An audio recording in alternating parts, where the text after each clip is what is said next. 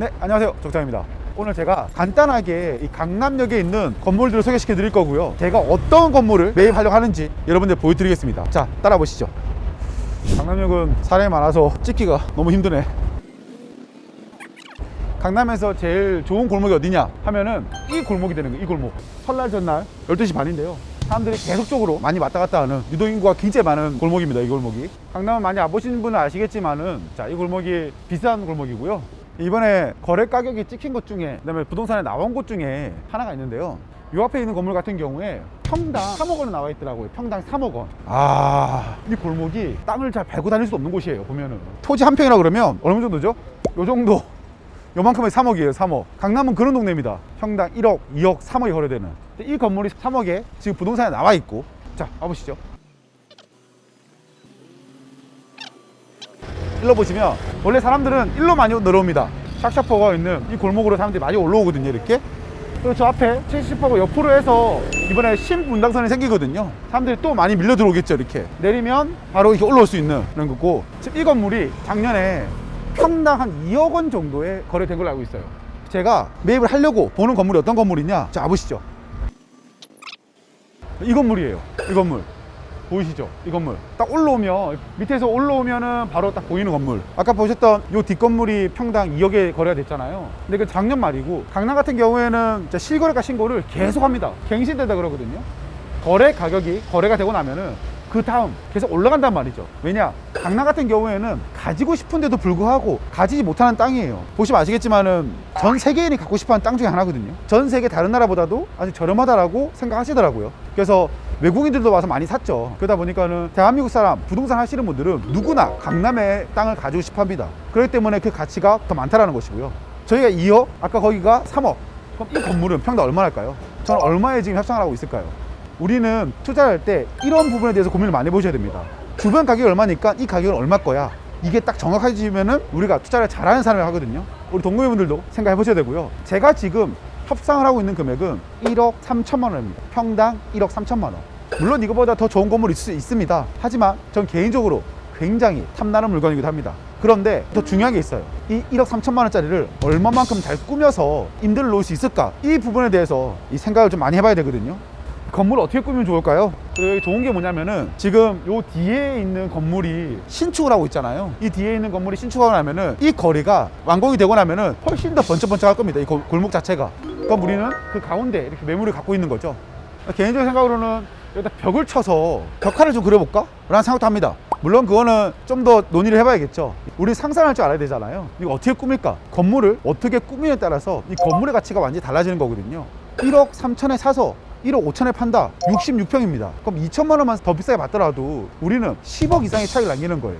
그쵸? 강남은 그런 싸움입니다. 내가 얼마만큼 손을 잘 대냐에 따라서 평당 2천만 원, 평당 3천만 원 더 받을 수 있다는 거예요. 이러한 부분에서 여러분들께서도 생각 한번 잘 해보시면 좋겠고요. 저 사무실에 가서 여러분들에게 한 번 더 자세히 알려드리도록 하겠습니다.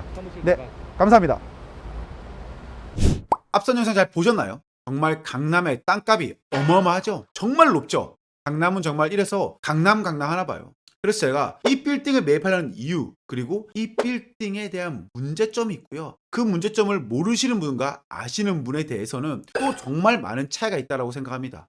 빌딩을 매입한다고 해서 정말 그거를 딱 매입한다? 그렇게 생각하시면 안 되거든요. 이 빌딩에 대해서는요, 여러분들께서 많이 생각해 보셔야 됩니다. 빌딩을 매입을 한다고 해서 끝나는 걸까요? 빌딩을 매입을 하면은 정말 부자가 되는 걸까요? 많은 일반인분들은 이것에 대해서 잘 모릅니다. 그래서 잘못 사는 경우가 정말 많이 있어요. 그런데도 불구하고 이러한 영상은 그 어떤 곳에서도 알려주지 않는다라는 게 문제죠. 이러한 부분은 중개사가 잡아주지 않더라도 내가 알고 있어야 돼요. 이 건물을 판단하는 거, 정말 돈이 나가는다는 곳은 어디냐? 바로 내 주머니에서 나가는 거고, 그 돈은 내가 정말 피땀 흘려서 벌었던 돈이기 때문에 이러한 부분도 빌딩을 사시는 분들, 아니 지금은 혹시나 빌딩을 사지 못한다 하더라도 우리 이 영상을 보시는 우리 동구이분들께서는 분명히 빌딩 건물주가 될 거라고 생각하거든요. 그러니까 영상을 놓치지 말고 하나하나 많이 얻어갔으면 좋겠습니다. 그럼 보시죠 한번. 대한민국 최고 상권이 강남입니다.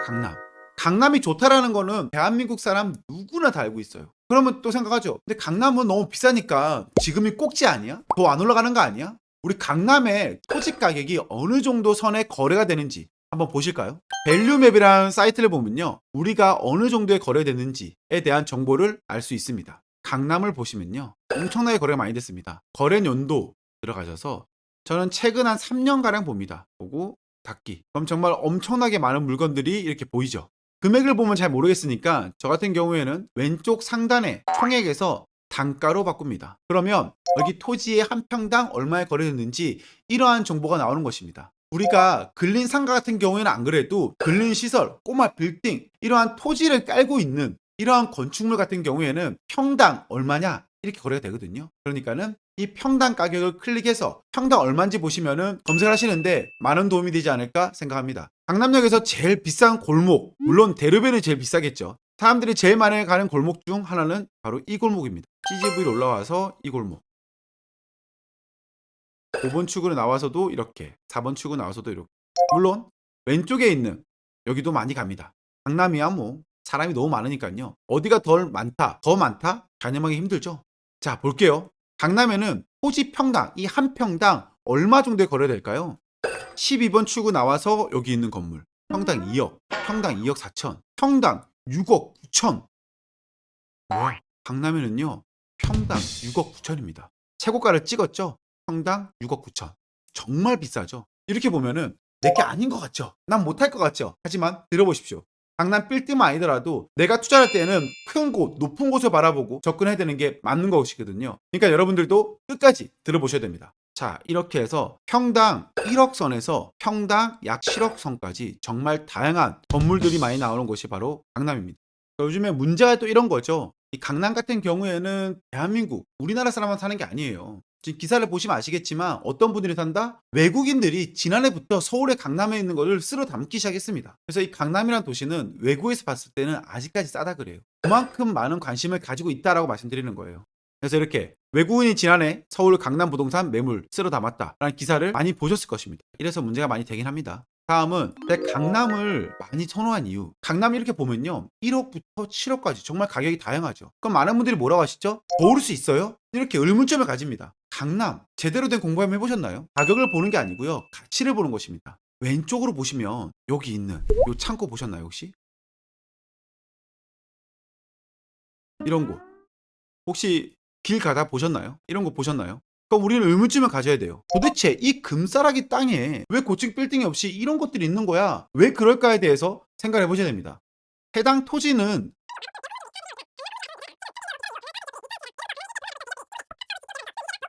대기업들이 들어오는 것이죠. 강남에 사고를 치겠다. 자, 그러면 대기업이 들어오면은 그것에 대한 파생되는 기업들이 들어올 수밖에 없겠죠. 모든 업무를 이 대기업과 하다 보니까 가운데 있어야 되는 거예요. 자주 가야 되는 거예요. 구로, 가산 이렇게 많이 갔었잖아요. 근데 거기서 오기에는 또 좀 멀어요. 그러다 보니까 이제는 많은 기업들이 다시 강남으로 유턴하는 추세입니다. 자, 그렇다면 이 사옥은 어디다 지을까요? 이 사옥을 짓는 곳이 바로 아까 제가 말씀드렸던 그곳에 있는 부지입니다.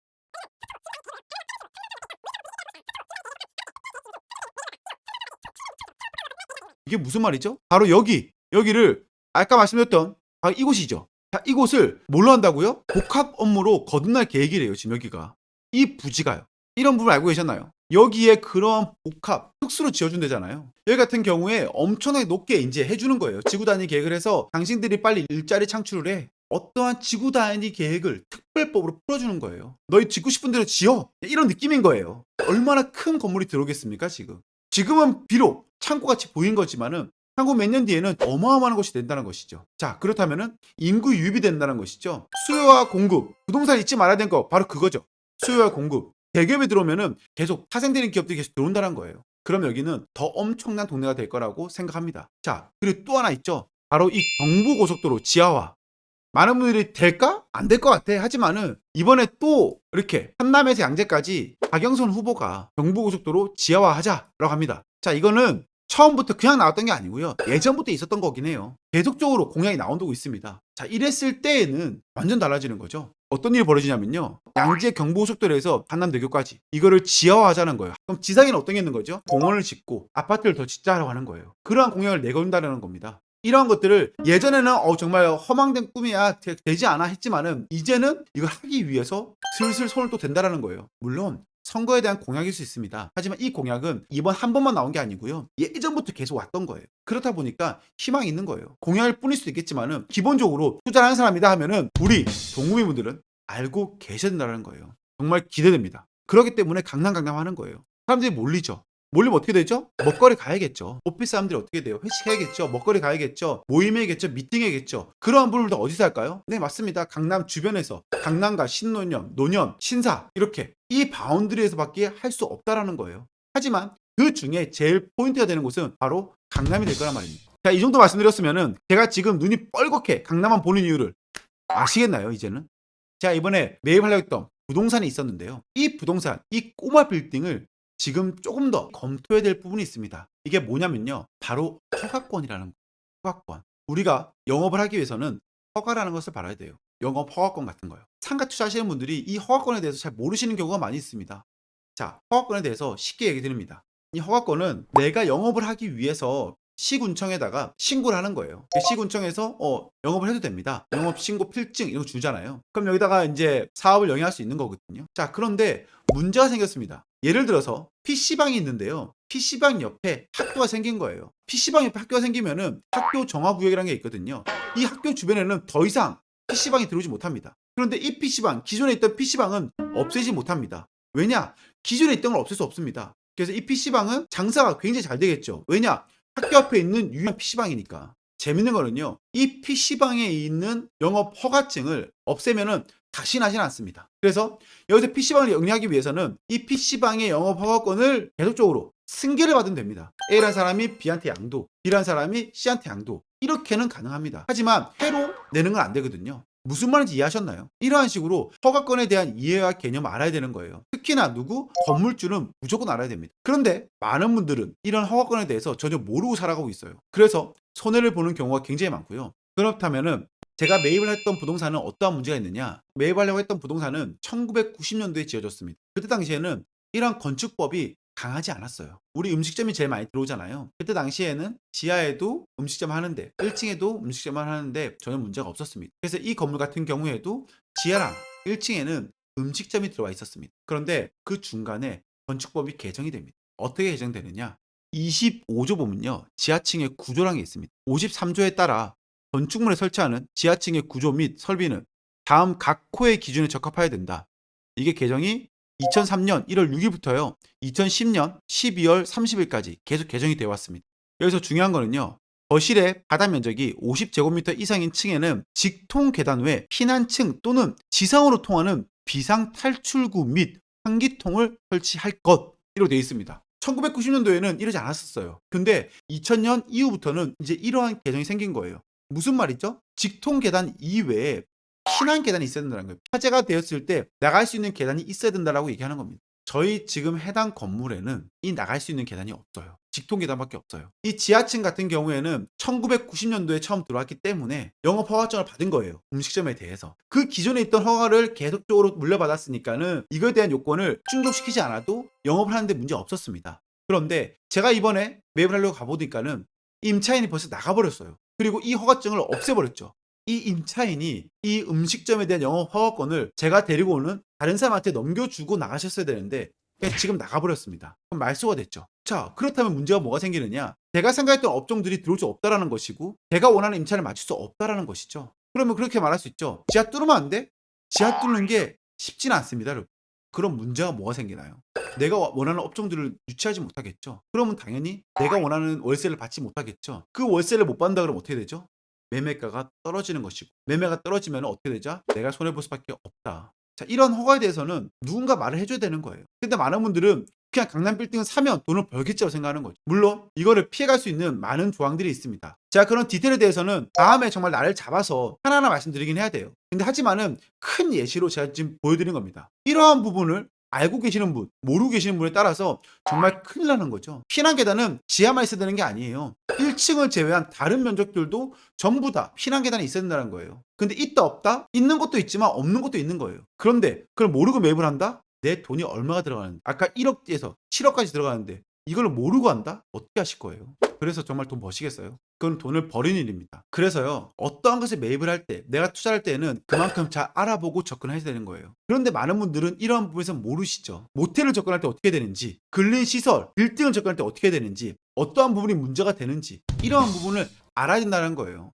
자, 제가 오늘은 우리 동구매분들에게 제가 강남 빌딩을 갔다 온 이야기, 그리고 강남에 대한 유망적인 이야기, 다음은 정말 우리 동구매분들께서 꼭 알아야 될 이 이야기, 이 포인트 3개에 대해서 알려드렸습니다. 내가 지금 사지 못한다고 해서 절대로 포기하지 마십시오. 나는 언젠간 건물주가 될 거다 그러면 제 영상을 끝까지 보시고 하나하나 다 챙겨보세요. 그래야지만이 여러분들의 소중한 돈을 지킬 수 있으실 것입니다.